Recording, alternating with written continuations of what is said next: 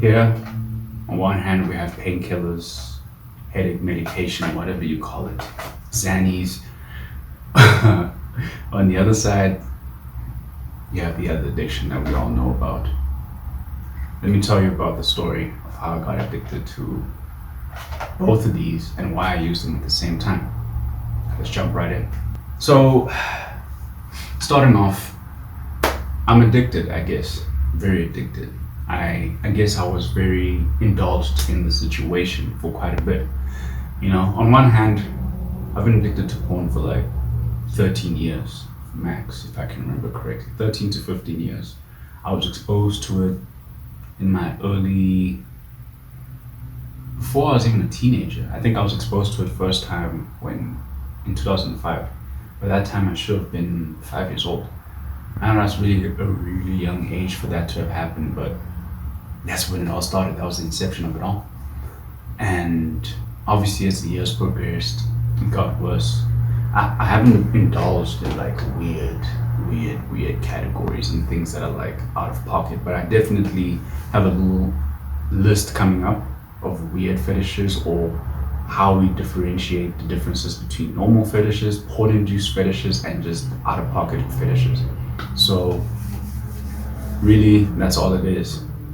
I've really just been addicted to this vice for quite a long time, and now coupled it with the next addiction, which is pills and painkillers. I've been addicted to that since 2019, So a little backstory with that is my friends and I were very edgy, if that makes sense. I know we all generally had like depressive episodes, and we all generally had depressive mentalities, I guess. We fed off each other. The energies were just, I'm depressed, you depressed, he's depressed, so we were all collectively depressed. So it really fed off of each other. Hearing one of my friends telling us last night he OD'd, or at least attempted to OD on pills, and luckily he made it. So in that mindset I had back in the day, I knew that if I felt some type of way, whether it be anxious, depressed, or the combination of the two, I resorted to either or, whether it be porn or painkillers, or shit, even as far as like just crazy drugs, if that makes sense, right? So as the years progressed, I tried my for myself. I did try to off myself a couple times with pills. And the cool thing, the lucky thing that I had was my little sister was always there to be like, what are you doing? Do you have a headache? Are you in pain or anything like that? And most of the chances, I was healthy as fuck. I'm not gonna lie, really healthy. I didn't really need the pills, but because I've sort of accustomed and sort of made the two my crutches for whenever I feel emotional or whenever I feel mentally out of place, it really did mess up my psyche a lot. And I remember I did try once, but I really just couldn't go along with it and just sort of pop pills and stuff, like a lot of them at the same time. I'm not trying to glorify any of these addictions. There are people out there with serious issues who are going through these, and if you do know anybody that's addicted to it, mostly pills, right? Porn is its own little, I guess there's a fix to it, but it's not as bad as this. This can generally end lives. People have lost friends, family members from, addictive behaviors such as pill popping and all that stuff. So please, if you have a friend or anybody, or even if you hear these types of behaviors, don't do what I did and sort of feed off the energy of my friends, but be concerned, like, yo, dog, what's going on? Why are you popping pills? In fact, not really what's going on, bro. Do you need someone to talk to? I'm right here, I know most of us, especially men, we tend to grow on this mentality that, no, we bros, we just gonna brush it under the carpet and just keep pushing. We need to be there for each other, even for our own bros, shit, our ladies too, you know. Make sure you're there for them. Make sure you there as a helping hand to help people as much as you can, bro. Because I don't want you to get addicted to it as much as I did, or to glamorize the fact that pills and all that stuff is great. And you know what made it even worse is that the trap music you listen to makes it even worse. Like, you know, you hear rappers talking about popping perks and popping Xans and all that stuff, and it's like that coupled with that, it glorified it to a point where it's like, you know what, that's the lifestyle I'm trying to indulge in. And I think the good news now is I've been 60 days clean. No, I'm good. It's really good news. I don't really use it. Even if I have a genuine headache, I don't even pull. I don't do that anymore. So that's really the great thing about that.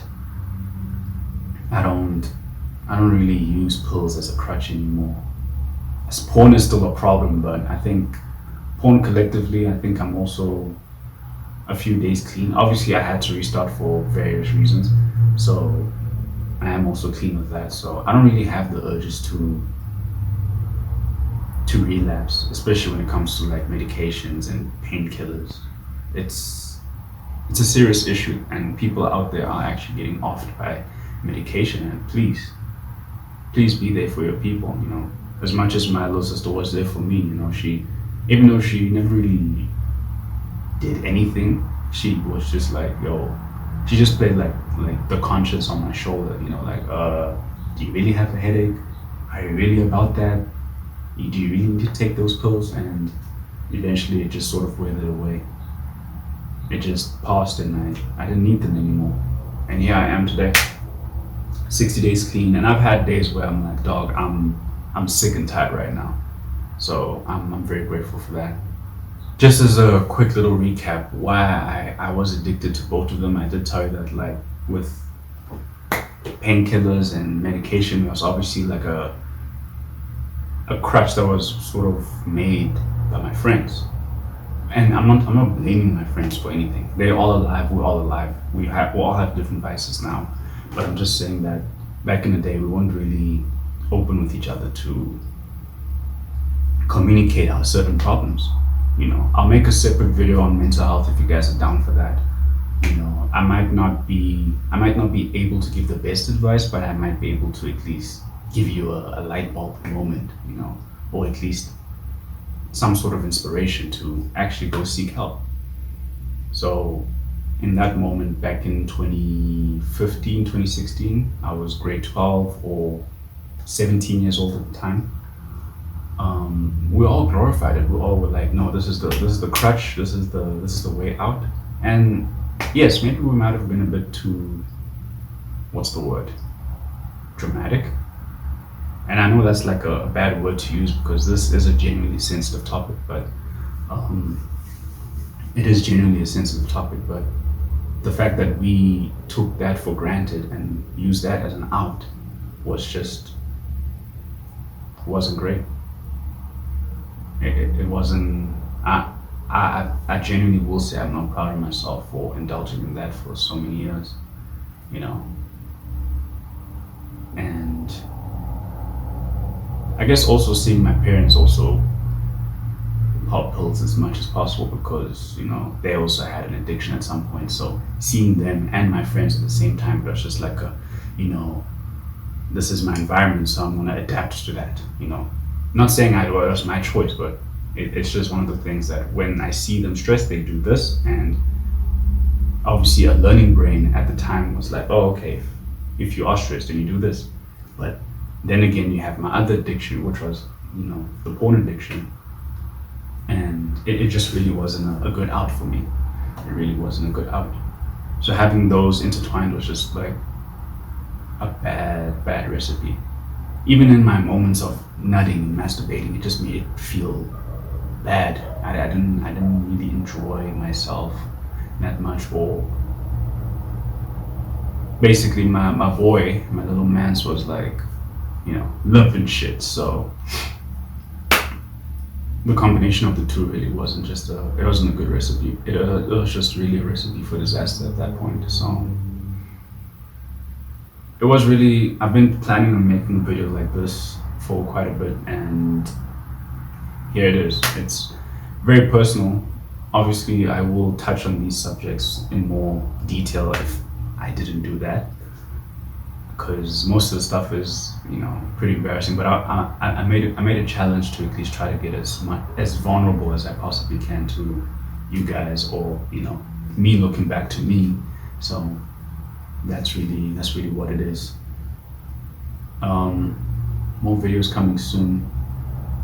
But before I leave, I just want to leave off with a few lessons. Please, just if you find yourself in a state like that, whether it's depression, anxiety, please speak to somebody. Don't let it get to that point where you build new vices and new habits, bad habits that harm you. I don't want you to get to that point, please. There's so much more to life than that.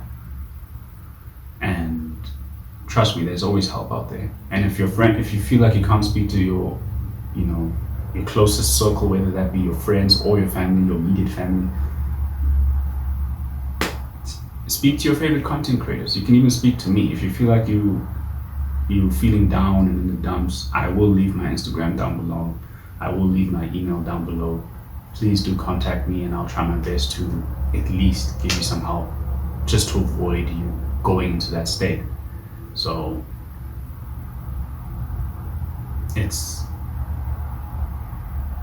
let's not take the easy way out. I believe there's so much more to life to live, and I believe that you can live a life with no vice, with no problems, with no bad habits, to live a life that you truly deserve. Everybody does. Everybody has the right to live the life that they deserve. And you too. I don't want you to feel like you don't deserve what you do. Thank you guys for watching. Stay tuned for more. Peace.